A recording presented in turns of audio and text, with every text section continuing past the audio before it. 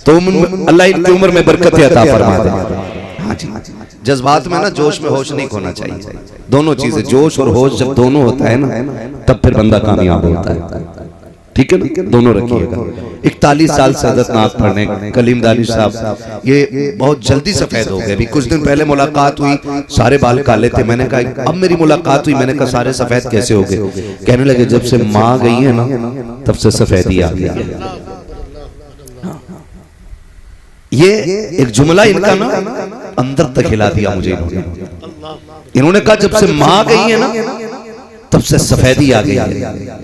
मुझे याद आया, वाह मालिक, माँ कितनी बड़ी नेमत है। ये तो कलीम दानिश है। मूसा कलीमुल्लाह भी माँ के विसाल के बाद जब तूर पे जाते हैं, आवाज आती है मूसा जरा संभल के आना, अब जरा लहजे को दुरुस्त करके आना। मूसा अब हमारी बारगाह में आ रहे हो, अब जरा सलीके से आइएगा। अर्ज करते मालिक पहले भी आता रहा, लेकिन आज से पहले कभी रोका नहीं गया, कभी समझाया नहीं गया, कभी अदब नहीं बताया गया। फरमाया मूसा जब पहले आते थे ना तो आंचल उठाने वाली माँ पीछे रहती थी, आज माँ कब्रिस्तान जा चुकी है। मूसा अब आना ना तो अब संभल के आना। पहले अगर लहजे तल्ख भी होते थे, माँ की चोली फैलती थी, माँ कहती थी मालिक मेरे मूसा से नाराज ना होना, मालिक वो मेरा लाडला है, मालिक अगर लहजे तेज भी हो जाए मेरे मूसा को माफ कर देना। ए मूसा पहले जब तुम आते रहे हो माँ का आंचल तुम्हारे सर पे होता था, आज मूसा आ रहे हो तो लहजा संभाल करके आना है। इसलिए कि माँ की ममता भी नदी है, माँ का आंचल भी नदी है, माँ की दुआएं भी नदी है। आज झोली फैलाने वाली माँ जमीन पर नदी है। ए मूसा संभल के आना पड़ेगा। समझ जाओ अगर मूसा को करीम होते हुए इतनी माँ की जरूरत हो सकती है तो तेरे मेरे जैसे को माँ की कितनी जरूरत होगी। खुदा की कसम खा के कहता हूँ, वो लोगों कामयाब वो नहीं होते हैं जो दौलत पे नाज करते हैं, कामयाब वो होते हैं जो माँ की मोहब्बत और उसके रिश्तों पे नाज किया है।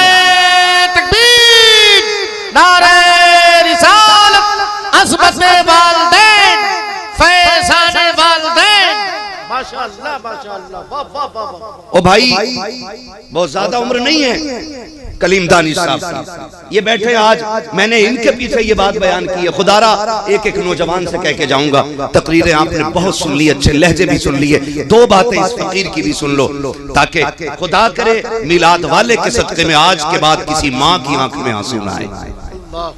बस ये बात कह के जाना चाहता हूं। बहुत ख्याल कीजिएगा मेरी बात का जो मैं कह रहा हूं, कुछ कीजिएगा ना कीजिएगा, माँ की खिदमत कीजिएगा। मैंने ये बातें पहले बताई है इनकी अदम मौजूदगी में। आज मेरे भाई बैठे हैं और इनके सामने ये बात बता रहा हूं मैं, इनके सामने और इन्हीं की बात बता रहा हूं। लोग मुझसे पूछते हैं कि भाई पता नहीं कहां की बातें लाके सुनाता है। नहीं जी, तुम वर्क पलटते हो, मैं दिलों के हालात पढ़ता हूं। और मैं इसीलिए कहता हूं मेरी तकरीर तबे यार को बेचैन करती है। सबब क्या है, वही कहता हूं जो दिल पर गुजरती है। हाँ, मुझे नहीं मालूम है किस किताब कवर का कितना अच्छा होता है, लेकिन मैं जानता हूं जिसे चेहरा पढ़ना नहीं आता उसे कुछ भी पढ़ना नहीं आता। कभी तन्हाई में बैठा करो, कभी सोचा करो, कभी फिक्रें लगाया करो, कभी लोगों की भीड़ में बैठा करो। हाँ, मैं अल्लाह की इज्जत की कसम खा के कहता हूँ, कभी कभी महफिलें इतनी बड़ी सामने होती हैं, हजारों लोग होते, लेकिन दिल जिंदा नजर नहीं आते। झूठी मुस्कान चेहरों पे लिए बैठे होते और अंदर दिल के अंदर एक हलचल हो रही होती है, यार मुझे सुकून क्यों नहीं, मुझे सुकून क्यों नहीं। मैं बहुत ज्यादा लंबी बात नहीं करूंगा, मैं आपको बता दूं खुदारा माँ बाप है ना तो इज्जत करना, कदर करना। सबसे बड़ा खर्च जो है ना वो कामयाब होता है जो माँ बाप पे लुटाया जाता है। वरना वो दिन आएगा, दौलत होगी माँ बाप नहीं होंगे, पैसे होंगे माँ नहीं होगी। आज एक माँ की खुराक पे लड़ने वाले बेटे, आज बाप के कोरेक्स की शीशी के लिए चेहरे बिगाड़ने वाले बेटे। मैं पूछना चाहता हूं, कल लाखों की गड्डियां पड़ी होंगी और 1 रुपया खाने वाला बाप नहीं होगा तो खुदा की कसम तेरी दौलत मुझे खाने तोड़ जाएगी। मैं कमेटी वाले मेरे भाई मुझे बुलाया, अल्लाह इन्हें सलामत रखे, इनके लिए भी दुआएं किया करो। ये मेहनतें करते तब तुम्हारी और आपकी मुलाकात हुआ जाएगी। ये बड़ी मेहनतें करते, इतने बड़े लोगों को लाते और आवाज दिलवाते, आओ हुजूर की महफिल सज गई है, आओ हुजूर की महफिल सज गई है। और बंदा यहाँ भी बैठ के सोचता मूड नहीं बन रहा है। खुदा की कसम, ये मूड बनाने की जगह नहीं, ये तो तकदीर बनाने की जगह होती है। यहाँ तकदीर बनाने बैठा कर। आज माँ है तो इज्जत कर लो, 12वीं वाले का वास्ता है। मैं तुम्हें बताऊं मेरे नबी के पास क्या नहीं, बताऊं 2000 से ज्यादा लक़ब मेरे रब ने महबूब को अता फरमाया। यहाँ तक कि वो ताहा भी है, यासीन भी है, मुज़म्मिल भी है, मुद्दस्सिर भी है, 2000 से ज्यादा लक़ब। लेकिन जब मेरे नबी ने ना आखिरी हज फरमाया ना और सरकार लौट रहे, तो उम्मुल मोमिनीन हजरत आयशा सिद्दीक़ा रज़ियल्लाहु ताला अन्हा फरमाती है, हुजूर ने ना अपनी सवारी की लगाम मुझे थमाई और फरमाया इस दरख्त के नीचे बैठ जाओ। मैंने कहा हुजूर क्यों? कि मैं अपनी माँ से मिलने जा रहा हूँ। कब?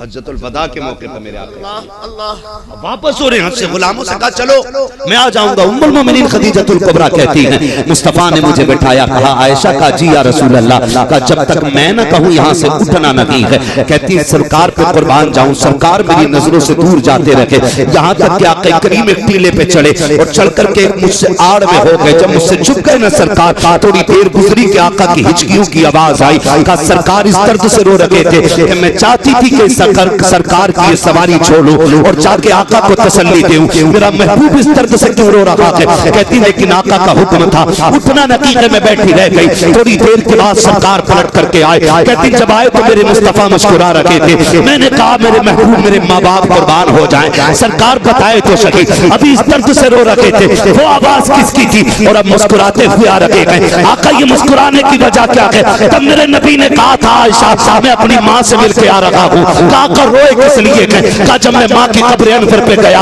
आज मेरे दिल में ख्याल आया था, काश आज मेरी माँ आमिना जिंदा होती। मेरी माँ ने तब मुझे देखा था जब मेरी उम्र 6 साल थी, जब मेरी उम्र 6 साल थी, आज मेरी माँ होती, दरख्तों को सजदा करते देखती, कितनी राजी हो जाती, पत्थरों को मेरा कलमा पढ़ते देखती, मेरी माँ कितनी खुश होती। आज उनका बेटा आखिरी हज करके आया के अकेला नहीं, लाखों सहाबा के साथ गया के आका कहते गए आयशा मेरे दिल में ख्याल आया, काश मेरी माँ जिंदा होती और मुझे बेटा कह के आवाज दे देती। आका करीम कहते हैं आयशा में माँ की कब्र अनवर पे बैठा और मैंने झोली फैला के कहा था जिंदगी देने वाले मालिक, मौत देने वाला भी तू है, जिंदगी देने वाला भी तू है। आज तेरा महबूब चाहता है काश उसकी माँ जिंदा हो, उसे बेटा कह के सीने से लगा ले, तेरे महबूब का कलेजा ठंडा हो जाए। कभी इतना कहा था कि माँ की कब्र अनवर खुल जाती है, मेरी माँ कब्र से निकली, मुझे सीने से लगाया। कहते आयशा जब मैं माँ को याद कर रहा था तब रो रहा था और मुस्कुरा इसलिए रहा हूँ कि माँ को देख के भी आया हूँ, माँ से बातें करके भी आया हूँ और माँ को अपना कलमा पढ़ा के भी आ गया। नारे तकबीर, नारे रिसालत, मस्तके आला हज़रत फ़ैज़ सरकारी ताजुश शरिया, नारे भाई मेरे नबी के आंगन में दामन में कोई कमी नहीं। आला हज़रत कहते मालिक के कौनैन हैं, गो पास कुछ रखते नहीं, दो जहां की नेमतें हैं उनके खाली हाथ में, दो जहां की नेमतें हैं उनके खाली हाथ में। झंडे लगेंगे, 12वीं आ रही है, घर भी सजेगा। मैं कहता हूं घर सजाओ जरूर, लेकिन घर के साथ दिल भी सज जाना चाहिए। दीवारों से ज्यादा रोशनी यहां होनी चाहिए। हाँ मेरे आका करीम फरमाया करते, मैं आपसे कह रहा हूं नौजवानों आज हैं तो कदर करो, नहीं होंगे ना तो रोने के सिवा कुछ नहीं होगा, कुछ भी नहीं होगा। क्या डायरेक्ट कह देते हो ना, मत भौंका कर, तू होती कौन है बोलने वाली? मैं देख MA किया हुआ हूं, मैंने BA किया, घास नहीं छिली, तुझे क्या पता? तू अंगूठा छाप है, तुझे पता है जिसे अंगूठा छाप कह रहा है ना, इसके मिट्टी में सने हुए हाथ जब उठते हैं ना तो अल्लाह का अर्श हिलता है और अर्श कहता मालिक एक माँ की झोली फैल गई है। रब फरमाता तू बाद में हिलाए, मैंने माँ के उठे हाथ पहले कबूल फरमा लिए। जिसे कहते हो ना तुझे नहीं पता, कसम खा के कहता हूँ इससे बड़ी दौलत मैंने इंसान के आंगन में देखी ही नहीं, जिसके आंगन में माँ बाप मुस्कुरा रहे, माँ बाप मुस्कुरा रहे। और सही बात यह है कि यतीमी का दाग कोई यतीम ही बता सकता है, माँ के बगैर जीने का मतलब वही बेटा बता सकता है जिसने माँ को कंधा लगा के कब्रिस्तान तक पहुंचा दिया हो। जिसकी जन्नत घर में अभी उसे क्या पता माँ के बगैर जिंदगी क्या होती है। माँ के बगैर मेरा महबूब देखे मेरा नबी आका करीम अक्सर इस बात का जिक्र फरमाते थे, कहते थे सहाबा मुझे माँ की एक बात बड़ी याद आती है। हुजूर कहते थे इस बात को, मेरे नबी कहते थे वो कि मेराज की रात सारे नबी जिसके पीछे हाथ बांध के खड़े, वो नबी कहते कहते आका कहते थे मेरी माँ की मुझे एक बात बहुत याद आती, और हुजूर ये कहते कहते रोने लग जाते थे। सहाबा कहते थे हुजूर कौन सी बात? कहते मैंने 4 साल अम्मा हलीमा के पास गुजारे, 2 साल माँ के साथ रहा। कहते लेकिन सहाबा आज भी एक बात मुझे रुलाती है। कहा जब मेरी माँ फुर्सत में होती और मैं माँ के पास होता ना, तो मेरी माँ लेटती ना तो बाजू पे मेरा सर रखती, जो माँओं की आदत होती है। हुजूर कहते मेरी माँ बाजू पे सर रखती, मेरी उम्र 5-6 साल होती, और ऐसे करके दुपट्टा रख के मेरी माँ ना मुंह पे अपने और मुझसे मुंह छुपा के रोती। कहते मैं कान लगा के सुनता। मेरी माँ कहती थी मालिक मेरा बेटा यतीम हो गया पैदा होने से पहले, अगर मैं चली गई मालिक मेरे बेटे का क्या बनेगा? अल्लाह मेरे बेटे पे अपने कर्म की बारिशें फरमाना। हुजूर ये कहते कहते रोते थे, कहते थे मेरी माँ को कितनी फिक्र रहा करती थी मेरी। और आज बेटा कहते था तुम होते कौन पूछने वाले, क्या 12 बजे आऊं कि 3 बजे आऊं, मैं 1 बजे आऊं, मेरी मर्जी है। माँ खाना लगाती है, खाना सुनो जवानों, माँ खाना लगा देती है, और बेटे के यार की घंटी बज जाती है फोन की, बेटा खाना छोड़ के भागता। माँ बूढ़ी कहती है लल्ला खाना छोड़ के नहीं जाते बेटे, दस्तरखान से नहीं उठते बेटे, खा के जाया कर। कहता अभी आया। और माँ इतनी सादा थी, रात के 1 बजे तक तेरी राह में बैठी रह गई। तूने चौक में जाके बिरयानियां खाई, पेट भर के खाया, लेकिन तुझे पता है माँ को यही फिक्र थी अभी मेरा लाल नहीं आया, मेरा लाल नहीं आया। रात को 1 बजे तू आया, उसने कहा था अब तक? कहता तू होती कौन है पूछने वाली? वो कहती देख खाना ठंडा हो गया। कहा नहीं चाहिए तेरा खाना, जब धक्का देते हो हाथ जोड़ के कहता हूँ कभी माँ से ये ना कहना नहीं चाहिए खाना, अपना सामान संभालो, हमें नहीं चाहिए, मैं तुम्हारा मोहताज नहीं हूँ। आज माँ है तो दस्तरखान पे इंतजार है। खुदा की कसम जिस दिन ये कफन में लिपट के चली जाएगी ना, और रात के 1 बजे आना 2 बजे आना तुम्हारी मर्जी रहेगी। तुम्हें बिस्तर तो दिखाई देगा लेकिन लेटने वाली माँ नहीं होगी। तुम्हें चारपाई तो कोने में पड़ी हुई दिखाई देगी लेकिन उस पर माँ नहीं होगी। 3 बजे आना 4 बजे आना, कोई तुझसे पूछने वाला नहीं होगा खाना खाया कि नहीं खाया है, किसी को दस्तरखान पे तेरा इंतजार नहीं होगा, कोई तुझे डांटने वाला नहीं होगा। तब तेरे कान तलाश करेंगे कहाँ गई वो प्यारी आवाज जो कभी रात में सख्ती से आती थी, कभी प्यार से आती थी। तेरे कान ढूंढते ढूंढते थक जाएंगे, तुझे माँ का लहजा नजर नहीं आएगा। फिर उठाना सारी दौलत को, फिर ना लोगों की ठोकरें खाते हुए और कहना एक बार कोई माँ की आवाज सुना दो। खुदा की कसम सारी दौलत लेकर भी कोई माँ की एक बार आवाज नहीं सुना सकता है, इसलिए कि दौलत मैगनेट से मिलती है और माँ जैसी नेमत खुदा नसीबों से अता फरमाया। नारे तकबीर, नारे रिसालत, अज़मते वालिदैन। अल्लामा मुफ्ती हम्माद रजा साहब मुला मुरादाबादी, सरजमीने जलालाबाद। ये नहीं होंगे ना तो फिर रोगे, फिर एहसास होता है। ये बैठे, मैंने ये बात जलसे में कई बार बयान की है। कारी इसराइल मसूदी, मैं कलीम दानिश भाई बताऊं, मैं कानपुर गया, इन्होंने मुझे फोन किया अहमद भाई कानपुर आ रहे, मैंने कहा हाँ आ रहा हूँ। सुने माँ क्या होती है, बहुत गौर से सुनिएगा, अल्लाह आपको सलामत रखे। जरूरी नहीं है 10 घंटे तकरीर हो रहा असर ना हो तो मैं समझता हूँ फायदा नहीं। मेरा मानना ये 5 मिनट बात हो जाए और किसी एक बात पे भी अमल हो जाए, खुदा की कसम मैं समझता हूँ कि जिंदगी भर की इबादत काम आ गई है। बस आखिरी बात समझ के सुन ले मेरी बात, मैं सुनाने लगा हूँ। यही इसराइल मसूदी साहब है कानपुर, उन्होंने मुझसे कहा सुने माँ क्या होती है। तवज्जो है भाई पीछे वालों की, नाराज तो नहीं बैठे ना कोई, खुदा आपको राजी रखे और खुश रखे। बड़ी बड़ी दूर से मेरे भाई आए थे, शाहजहांपुर कहाँ से लोग आए, अल्लाह सबके सफर को अपनी बारगाह में कबूल फरमा ले, और जो जितनी दूर से चल करके आया है अल्लाह उसे बेहिसाब अजर और नेमतें अता फरमाए। मुझे इन्होंने फोन किया, सुनो भाई कदर कर लो, माँ की कदर कर लो। इन्होंने मुझे फोन किया, कहने लगे अम्माद भाई कानपुर में, मैंने कहा हाँ, कहा आ जाए ना जरा। मैंने कहा क्या बात है, कहा जाए मैंने एक नया मकान लिया है, नया मकान लिया है। मैंने कहा फिर, कहा कि आप जरा आ जाएं देख ले मकान को। ये इनकी मोहब्बत है, मैं चला गया इनके मकान में गया, वो मुझे लेके गए, बैठे थे, इन्होंने बात छेड़ दी। कहने लगे मैं जब सबसे पहली बार कानपुर आया था 2-3 महीने मैं घर नहीं जा सका था, तो कहते मेरे माँ बाप मुझसे मिलने के लिए कानपुर चल के आ गए थे। कहाँ इनका नानपारा के पास अपना गांव है, कहते वहां से मेरी माँ मुझसे मिलने के लिए कानपुर आई। और कहते मेरी माँ चाहती थी कि बेटे के साथ कम से कम एक रात गुजारे, 24 घंटे गुजारे। तो ये कहते कहते रोने लगे, कहने लगे जब माँ आई थी तो मकान नहीं था। कहते मैं माँ को बातें पहला फुसला के बस में बैठाया, कहने लगे आज मकान है लेकिन माँ नहीं है।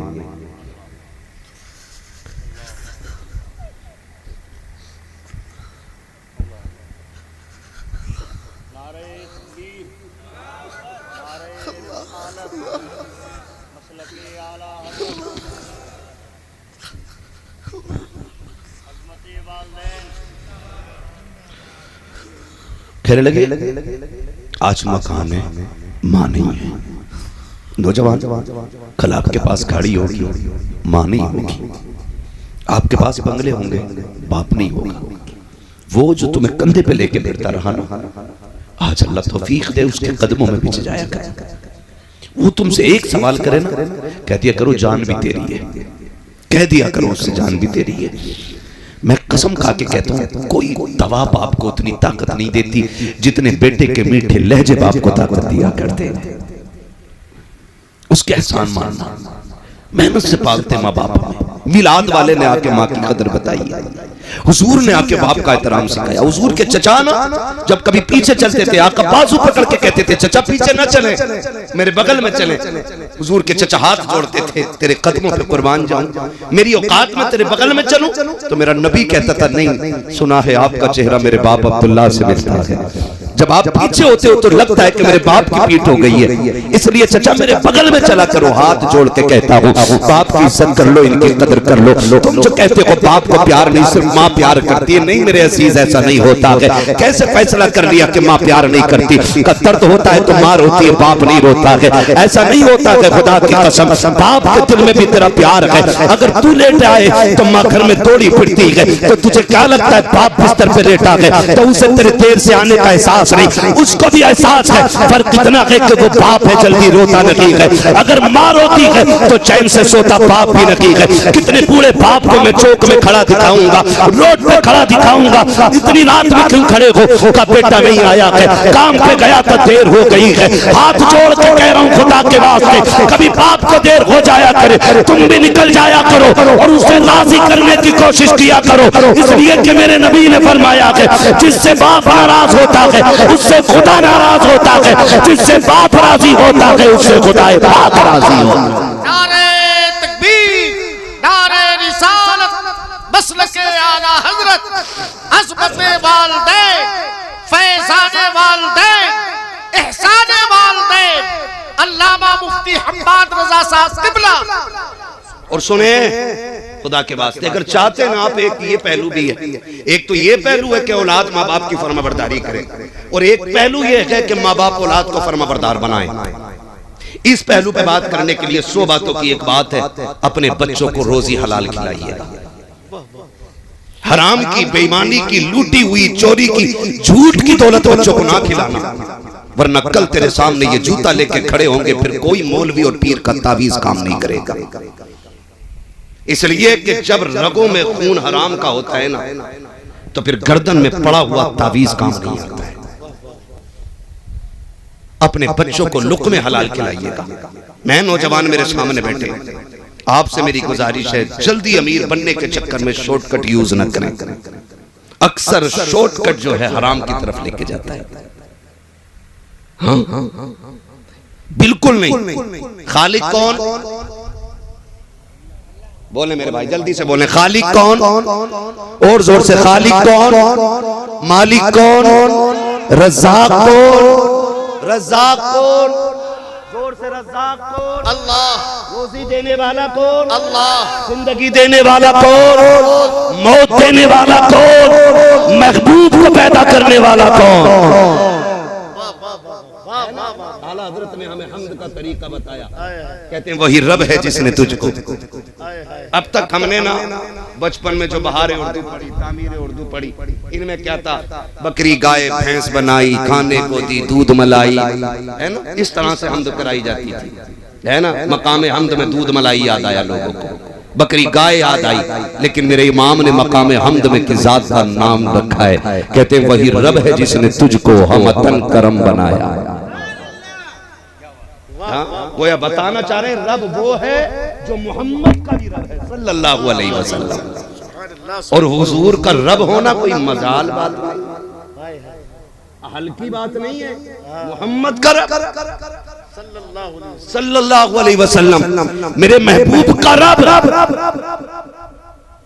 हाँ, कितना बड़ी जात है मेरे रब की जिसने मोहम्मद जैसा महबूब अता किया है ना? आला हज़रत कहते हैं वही रब है जिसने तुझको हमतन करम बनाया, हमें भीख मांगने को तेरा रास्ता बताया। तुझे हमद है खुदाया, तुझे हमद है खुदाया। वो कुंवारी पाके मरियम व नफख्तु फीह का दम है अजब निशान आजम मगर आमना गजाया। वही सबसे अफजल आया, वही सबसे अफजल आया। तुझे हमद है खुदाया, तुझे हमद है खुदाया।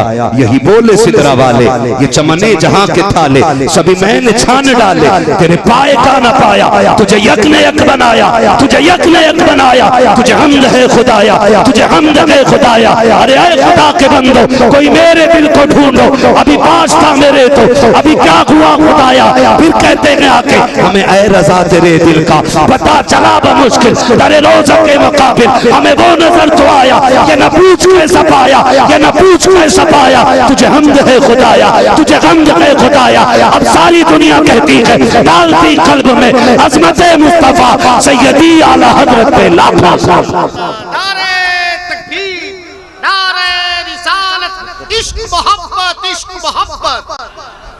वाह वाह वाह वाह वाह। मैं खत्म करने लगा हूं, बस इतना करेंगे। माँ बाप की इज्जत करेंगे इंशाल्लाह, सारे वादा करें इंशाल्लाह। रिस्क हलाल कमाएंगे इंशाल्लाह। शॉर्टकट यूज करके उधर नहीं जाना। ये मेरा भाई गुजरात से आया है सुनने के लिए। मेरे इस भाई ने कहा है कि 10 मिनट और हाँ, तो मैं चाहूंगा 10 नहीं तो 5 तो बढ़ा ही नहीं। थोड़ी इनकी मर्जी थोड़ी मेरी मर्जी। जरा कह दे सारे या रसूल अल्लाह। जितने दिल से सुनना चाहते उतने दिल से बोल दे जरा या रसूल अल्लाह। है जी हाँ, जिनके हाथ नहीं उठे मैं उनसे नाराज नहीं हूँ और मुझे कोई तकलीफ भी नहीं है। मैं बस इतना कहूंगा जिसके हाथ नहीं उठे वो खुद से पूछे महफिल में बैठा है या कहीं चौपाल में बैठा है, उसकी अपनी मर्जी है। और मैं ये भी नहीं कहूंगा हाथ उठ जाए तो फालिज नहीं होता है। बीमारियां भी खुदा की नेमत होती है। और ये बात तो नहीं कहनी चाहिए हाथ उठा लो नबी के नाम पे कभी फालिज नहीं होगा। आप कौन होते हो जी?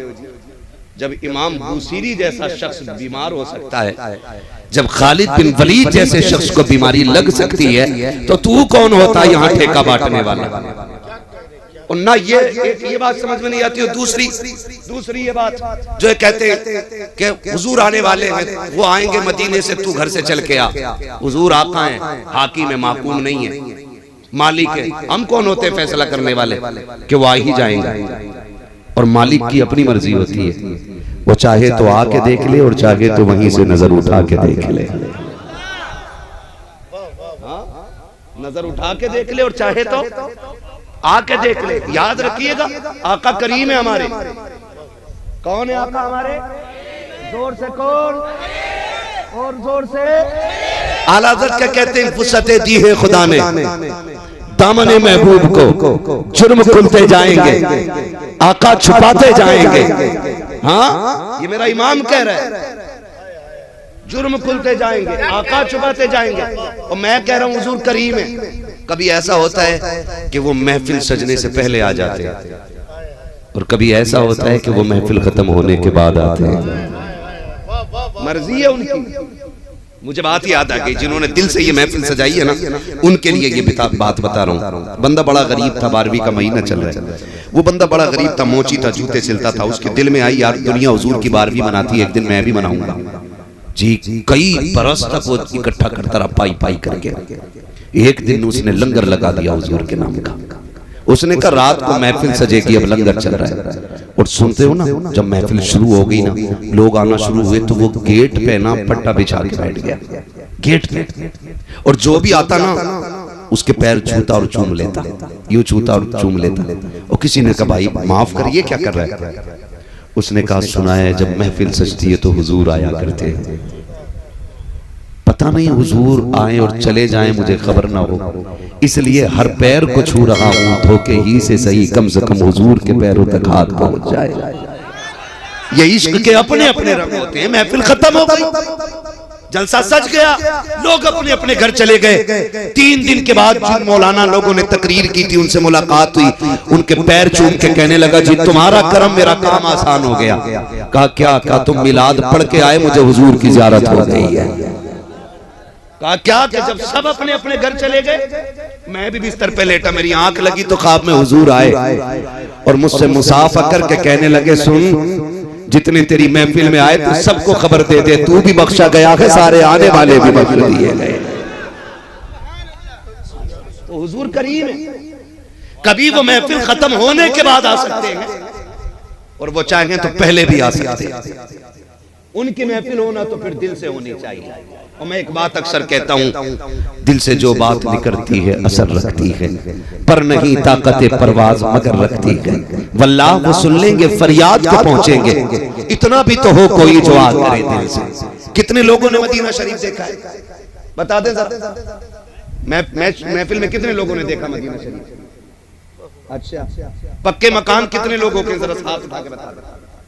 पक्के मकान कितने लोगों के? वाह जी वाह, वाह जी वाह, अल्लाह तुम्हारे मकान और पक्के कर दे। मुझे इससे कोई जलन नहीं है। किचन में आप 10 लाख लगा लेते हो, 2 लाख लगा के वो मदीना नहीं देखने जा सकते जिस मदीने को देखने की हर फरिश्ते के सीने में तमन्ना रहती है। मैं बंदों की बात क्या कर रहा है ना। तो आप बैठे, खुदा आपको सलामत रखे। बस मैं बात पूरी करने लगा हूँ। रज़्ज़ाक़ कौन है? सबक याद है ना, रज़्ज़ाक़ कौन है? सारे अपने रब का नाम ले लें। पता नहीं कब से नहीं पुकारा, और खुदा करे ये वो घड़ी हो जिसमें मकबूलियत की हवा चल लगी हो, और अपने रब को जोर से पुकारे। रज़्ज़ाक़ कौन है? माशाअल्लाह। खालिक कौन है? मालिक कौन है? हाँ, ये अकीदा है। अब अंदाजा लगाइए, जब रज़्ज़ाक़ अल्लाह है तो जो बंदे दुकान पे बैठ के कहते हैं मौलवी झूठ ना बोलें तो मुनाफा ही नहीं होगा, उनसे मेरा एक सवाल है, रज़्ज़ाक़ अल्लाह है तो फिर झूठ क्यों बोल रहा है? रज़्ज़ाक़ अगर अल्लाह है तो झूठ क्यों बोल रहे हैं? फिर अल्लाह पे या तो भरोसा पक्का नहीं है या अकीदा ही पक्का नहीं है। और अकीदा अगर पक्का है ना तो फिर झूठ ना बोलना। और रह गई दुकान की बात, फ्रंट के लिए लड़ जाते हैं। और कई बंदे ऐसे भी होते हैं ना हमारे बीच के, जहां एक की दुकान लगी और वो चल गई ना तो दूसरी भी वहीं खोल देता जाके, कह रहा लग रहा है ये चीज ज्यादा बिक रही है यहाँ। हाँ हज़रत, तो फिर इशारा करता कह रहा क्या मैं दे रहा? बोले वो 10 रुपए मीटर दे रहा, क्या मैं 9 रुपए मीटर दूंगा? इधर और खरीदार भी कम बदमाश नहीं है। अगर दुकानदारों पे इतनी लंबी छुरी है ना तो खरीदार पे इतनी लंबी, जिसका दाव लग जा वही काट लेता। खाली बेचने वाला नहीं काटता, कभी खरीदार भी काट लेता है। आप कहेंगे वो कैसे काटता है? 2 दुकानदार देके कह रहे आपसे झूठ नहीं, वो 8 को दे रहा, तू बता। उसने कह दी मैं 9 से कम नहीं दूंगा। फिर उससे जाकर कह रहा बताओ भाई चचा वो आ गया, तुम कितना देना? वो कह रहा ग्राहक बढ़ाना, आज घाटा ही उठा लो। उनने कह लेट मैं लेट चल जा। अब बताओ यहाँ खरीदार ने काटा के बेचने वाले ने?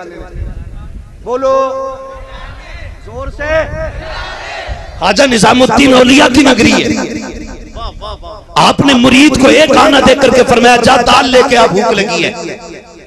मुरीद आया दौड़ा दौड़ा और उसने कहा कि भाई दाल दे दे। कहा कितने की? का 1 रुपए का 1 चमचा। दूसरे वाले ने कहा इधर का मैं 2 दूंगा। उसने कहा वो 2 दे रहा, तू बता कितने में देगा? उसने कहा मैं 3 चम्मच दूंगा। उसने कहा चल मैं 4 दे रहा हूं। 1 पैसे में 4 चम्मच दाल लेकर के जब मुरीद निजामुद्दीन औलिया की चौखट पे पहुंचा है, हुजूर ले आया हो, कहा ले आए दाल? कहा हाँ। आपने जब देखा है खिलाफे मामूल 1 रुपए की तो इतनी दाल नहीं मिलती है। फरमाते कितने की लेकर के आए हो? कहा सरकार जो 1 सिक्का आपने दिया है उसी की लेकर के आया हो। कहा इतने की तो कभी नहीं मिली है इतनी, आज कैसे मिल गई? वो मुस्कुरा के कहता हजरत जी मैंने कंपटीशन लगा दिया था, मैंने 1 रुपए में 4 चम्मच लेके आया हूँ। निजामुद्दीन औलिया के चेहरे पे जलाल आ गया। उसने कहा हुजूर क्या बात है? कहा नहीं मैं नहीं खा सकता। कहा खरीद के लाया हूँ, पैसों से लाया हूँ। आप कहते हैं ये तो निजामुद्दीन की चौखट है, इस पैसे को लेकर के जा दिल्ली के चौक में ले जा और ऐलान कर मैंने इस तरह से इस साल को खरीदा है, लो जिसकी मर्जी करे फ्री में लेके चला जाए। सुबह से शाम हो गई, मुरीद ऐलान करता रहा, एक दाना भी कोई लेकर के नहीं गया। और वापस लेकर के जब निजामुद्दीन की गलियों में मुरीद पहुंचा के कहा हुजूर किसी ने एक दाना भी नहीं लिया। निजामुद्दीन औलिया की चीख निकल जाती है, कहते हैं अभी इतने बुरे दिन नहीं आए हैं। अगर दिल्ली की आवाज इसे हराम समझती है तो निजामुद्दीन औलिया इसे छूना गवारा नहीं करता। अल्लाह अल्लाह अल्लाह अल्लाह, जिंदाबाद जिंदाबाद। नारे तकबीर, नारे रिसालत, फैज़ाने सरकारे महबूबे इलाही। सुभान अल्लाह। समझ रहे मेरी बात? वाह वाह वाह। ओ भाई चोरी नहीं हुई थी, छीना नहीं था, मर्जी से खरीदा था। और वो दिल्ली की आवाम थी, खुदा की कसम आज के पीर से ज्यादा तकवा था उसका। वाह वाह वाह, आज के पीर से ज्यादा तकवा, इल्ला माशाअल्लाह। हाँ, बहुत गौर से मेरी बात सुनिएगा। वो तकवा और आज देखे, आज बेचने वाला भी कम नहीं है भाई, बेचने वाला भी। जाओ तुम अपनी जलालाबाद की चौक में जाके देखो, नया सेब आगे रखा होगा, पीछे गले सड़े होंगे, और देखना स्टिकर वहीं लगेगा सेब पे जहां से काना होगा। 240 रुपए किलो है, 280 रुपए किलो है, 290 रुपए किलो है। भाई जरा गैरत कर। जरूरी नहीं है सब करोड़पति आते हो, कुछ ऐसे भी आते हैं जो जिंदगी में कभी सेब ना खरीद सके। बच्चे कह देते हैं अब्बा हमने सेब नहीं खाया। वो बेचारा मंडी से लौटते टाइम 500 रुपए आज ओवर टाइम करके कमाए। कहा 1 किलो सेब लेके जाना, ठेले पे आया, उसने सीधा दिल दे दिया, लो जी 280 रुपए किलो तो अच्छा ही देगा। इसने 2 सेब आगे के उठाए और 4-5 नीचे के निकाल के गले सड़े डाल दिए। गरीब खुशी खुशी घर लेके गया। सुनते रहिएगा, गरीब लेकर के गया, उसने जाके बच्चों में तकसीम कर दिए। 5 सेब, 3 बच्चे, 2 मियाँ बीवी। जैसी बच्चे ने पहला सेब काटा, बजी ये तो अंदर से गला हुआ निकला है। माँ ने अपने हिस्से का सेब दे दिया, ले बेटे मुझे सेब अच्छा नहीं लगता है। खुदा की कसम माँ का लहजा कितना मीठा होता है, कितना प्यारा झूठ माँ बोल देती है। जब देखा बेटे के हिस्से का सेब खराब हो गया है, उसने अपने हिस्से का दे दिया। कहा बेटे ये मैं सेब नहीं खाती हूँ, मैंने तो बस ले लिया था, ये कह के बेटे को दे दिया। दूसरे बच्चे का गला निकला। हाथ जोड़ के गुजारिश करना चाहता हूँ, दुकानदार हो तो धोखा न देना। तुमने तो उसके 280 रुपए जेब में डाले, अपने बच्चों में खुशी खुशी आ गए। तुम्हें तो ये था गरीब को पता नहीं चला, लेकिन जब तूने काने गले पे हाथ उठाया था तभी गरीब के खुदा ने देख लिया था, तभी उसके परवरदिगार ने देख लिया था। तुम उसकी बेईमानी करके 280 रुपए लेके घर के अंदर गए हो। आने वाली नस्लें तुम्हारी कोड़ी हो रही है, अंधे लूले लंगड़े पैदा हो रहे हैं, फिर तोड़ते हो तावीज के लिए। अल्लाह कहता है तूने टक्कर मुझसे ली है, अब तावीज में शिफा नहीं आएगी। अगर बेहतरी चाहते हो उस गरीब से माफी मांगो जिसका दिल तोड़ के आए हो। अगर गरीब राजी हो जाएगा, पैदा करने वाला खुदाए पाक भी राजी हो जाएगा। क्या कहने, क्या गुफ्तगू हो रही है। जिंदाबाद, इसलिए निकले, सलामत रहिए मुफ्ती साहब। वाह वाह वाह, इसलिए निकला। नारे तकबीर, नारे रिसालत, मस्तके आला हज़रत फैज़ान सरकारी उन्नत शरिया। नारे तकबीर। सुबह डॉक्टर से मिलना है, टाइम बहुत ज्यादा हो गया। हाँ नहीं मुझे सुबह डॉक्टर से मिलना है, और देखिए इतना वक्त नहीं है, माफ कीजिएगा माजरत। 1 घंटा हो चुका है सदर साहब, 1 घंटा हो चुका है। मैं 10 मिनट का वादा किया था मेरे भाई के लिए, जरा बोल दो सुभान अल्लाह। बात समझ में आ गई ना इंशाअल्लाह। किसी के साथ धोखा, बोलो धोखा, जोर से धोखा, और अपने भाई को नीचा दिखा करके कभी ऊंचा नहीं बनेंगे। याद रखिएगा, हमेशा जीत जाना जीत नहीं होती है, कभी हार जाना भी जीत होती है ना। अरे भाई बस प्लीज मेहरबानी करें, 10 मिनट हो जाएगी, जरा तवज्जो कर ले, बस मैं बात समेट रहा हूँ। भाई बैठ जाइए। देखिए मुझे आप थोड़ा सा पहले बैठा देते हैं अपना, तो मैं खुल के बात कर लेता हूँ। मैं फिर भी अपने वक्त से इंसाफ कर रहा हूँ। मैं 1 घंटे के करीब सुई जा चुकी है, तवज्जो है, बस सारी मैं बात खत्म करने लगूँ। बस बैठ जाइए मेरे भाई, प्लीज बैठ जाइए, मेहरबानी करें। अभी मेरी बात खत्म नहीं हुई है, बस मैं समझाना चाहता हूँ। बोले जरा जोर से या रसूल अल्लाह। अभी सारे नहीं बोलने, जरा बोल रहे हैं या रसूल अल्लाह। मुझे नहीं लगना चाहिए कि 3 बजने को है, बंदा थकने को है, नहीं है ना। ऐसा होना चाहिए सारी दुनिया को नींद आ गई है, उनका दीवाना बेदार है। आप ही फैसला कीजिए या नबी, कौन जन्नत का हकदार है ना। ये बच्चे बैठे, मैं खुदा की कसम खा के कहता हूँ, मैं खाली इस बच्चे के जागने पे पूरी तकरीर कर जाऊं।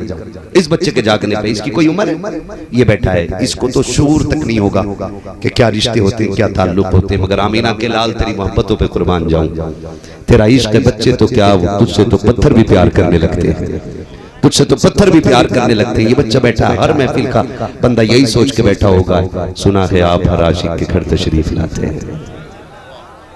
इतनी थक के ना बोले कि मैं इन्ना लिल्लाह पढ़ गया। सुना है आप हर आशिक के घर, मेरे घर में भी हो जाए चरागा, मेरे घर में भी हो जाए चरागा, मेरे घर में भी हो जाए चरागा है जी। तो किसी को धोखा नहीं देंगे इंशाअल्लाह। रज़्ज़ाक़ कौन है? जोर से, रज़्ज़ाक़ कौन है? अल्लाह है। अकीदा कैसा पक्का होना चाहिए? अकीदा इतना पक्का रखो, एक बंदे ने ना अंदर दुकान खोल ली जाकर, मैन मार्केट में नहीं थी, अंदर ला के उसने दुकान खोल ली। दूसरा दोस्त मिलने के लिए गया, कहने लगा यहाँ दुकान खोली है। कहा क्यों? कहा सबकी दुकान वहां बाजार में, तू अंदर खोले बैठा है, यहाँ कौन आएगा? उसने सीधी सी बात की, उसने कहा बता यहाँ मौत आएगी कि नहीं? कहा हाँ आ जाएगी। कहा मौत लेने कौन आता है? मैं कहा मौत का फरिश्ता। तो उसने कहा यार खुद ही सोच, अगर यहाँ मौत का फरिश्ता आ सकता है तो फिर रोजी वाला फरिश्ता क्यों नहीं आ सकता है ना? मौत का फरिश्ता क्यों नहीं आ सकता? तो भाई अल्लाह पे भरोसा करके बैठे, अल्लाह पे भरोसा। हमने सोचा था ये कुर्सियां मिलेंगी, कोई नेकियां थी हमारी, कोई अमल था, कोई सजदे हमने एक्स्ट्रा कर लिए तो जो ये इज्जतें मिलती नहीं जी। अल्लाह पे भरोसा रखो, वो उतनी बुलंदियां देता है जहां बंदे का कयास नहीं जाता है। नहीं बाप वाकई आपको ही नहीं होगा मेरे भाई, मेहरबानी करें मुझ पर रहम खाए, मुझे डॉक्टर से मिलना है।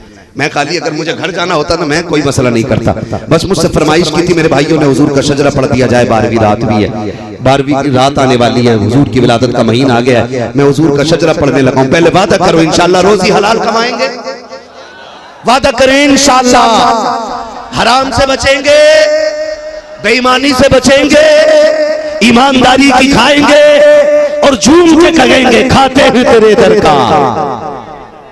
अजीब अजीब बंदा है, हराम से पूरी बिल्डिंग बना ली, ब्याज लेके पूरा मकान बना के कह रहा हाजा मिन फजले रब्बी। हराम से पूरी बिल्डिंग खड़ी कर ली, गेट पे लिख रहा है हाजा मिन फजले रब्बी, सारा पैसा हराम का लगा। मुझे बता अगर तू शराब पे जमजम लिख देगा तो क्या वो शराब जमजम बन जाएगी? लठिया बराबर चलनी है। तू चाहे पूरा कुरान लिखवा ले दीवारों पे। हाँ, और जब कभी ख्याल आया करे ना, हमें ना असल में हमने सोशल मीडिया ने हमें इतना अंधा कर दिया कि हमें एक लग्जरी लाइफ की भूख लग गई है। मेरी जिंदगी यूं हो, मैं यूं हूं, मैं यूं हूं, लोग यूं करें, लोग यूं करें। टेढ़ा करते करते अल्लाह इतना लट फेरेगा कि कमर सीधी करने वाला नसीब नहीं होगा। इसलिए बच जाओ मेरे भाई, निकल जाओ सादा जिंदगी। इस्लाम ऐसा मजहब है जिसमें कोई मुश्किल काम है ही नहीं। मुश्किल तो हमने कर ली है ना, अजान जहां हो जाए वहां नमाज पढ़ लो, कितना आसान है ना, कितना आसान है। जवान हो जाओ बस कबूल कबूल कहो 3 बार में निकाह पक्का, कितना आसान है ना। और हमने कितना मुश्किल कर लिया, 10 लाख देगा तो भी आ करूंगा। बाल सफेद आगे मेहंदी लगा लगा के काले कर रहा। जब जवान था तो 20 लाख के लिए मर रहा था, और जब बूढ़ा हो गया तो कह रहा कोई बताओ ना कोई लोनिया ही मिल जाए ढंग की। अब उम्र निकल गई तो कह रहा बस लोनिया ही मिल जा, ठीक है ना, ढंग की अभी ढंग की लगी है। जब उम्र 45 की आ गई तो कह रहे करा दो निकाह बस लड़की हो। फिर यहाँ आ जाता है करीम भाई के बस लड़की हो चाहे जैसी हो, मैं रड़ुआ नहीं मरना चाहता। तो ये मुश्किल हमने पैदा की है ना, अल्लाह ने तो आसान किया, आसान किया है ना भाई। हम ख्वाब देखते हैं ना हम एसी में, लेकिन जिंदगी तो जितनी नेचुरल होगी उतनी अच्छी होती है, जितनी नेचुरल हो। मिट्टी पे लेटने वाले आसानी से बीमार नहीं होते, और गद्दों पे सोने वालों को कभी सुकून की नींद नहीं आती। वो कितनी प्यारी बात कही थी, फुटपाथ पे सो जाते हैं अखबार बिछाकर, मजदूर कभी नींद की गोली नहीं खाते, इसलिए कि पैसों से गद्दे खरीदे जाते हैं, नींदें नहीं। नींदें रब की रहमत से आया करती हैं। किसी का इतना दिल न दुखाना कि नींद ना आए, किसी को इतना न सताना कि 7,000 27,000 47,000 के स्लीप बेल के गद्दे पे भी कमर सीधी ना हो। इतनी दुआएं ले लेना कि पत्थर पे भी लेटे तो खुदा की रहमतें थपकियां देने लग जाए। इतनी दुआएं लेके मरना है हमें, बस हुजूर का शजरा सुनने और जारे कह दे या रसूल अल्लाह। ऐसे नहीं, इतनी जोर से नहीं भाई। देखो मुझे एक तो आखिर में आपने टाइम दिया, और इतने आखिर में दिया कि बस आखिरत ही हो गई है ना। ठीक है, उम्मीद करता हूँ कभी बुलाएंगे तो फिर सही वक्त में इंशाअल्लाह तकरीर होनी है ना। आपकी मोहब्बतों को देख के मैंने ये गुफ्तगू कर ली, अल्लाह इसमें गुफ्तगू को कबूल फरमा ले। आप जरा बोल दो जोर से सुभान अल्लाह। इतनी जोर से सुभान अल्लाह बोलो कि डॉक्टर से मिलने तक मुझे नींद ना आए।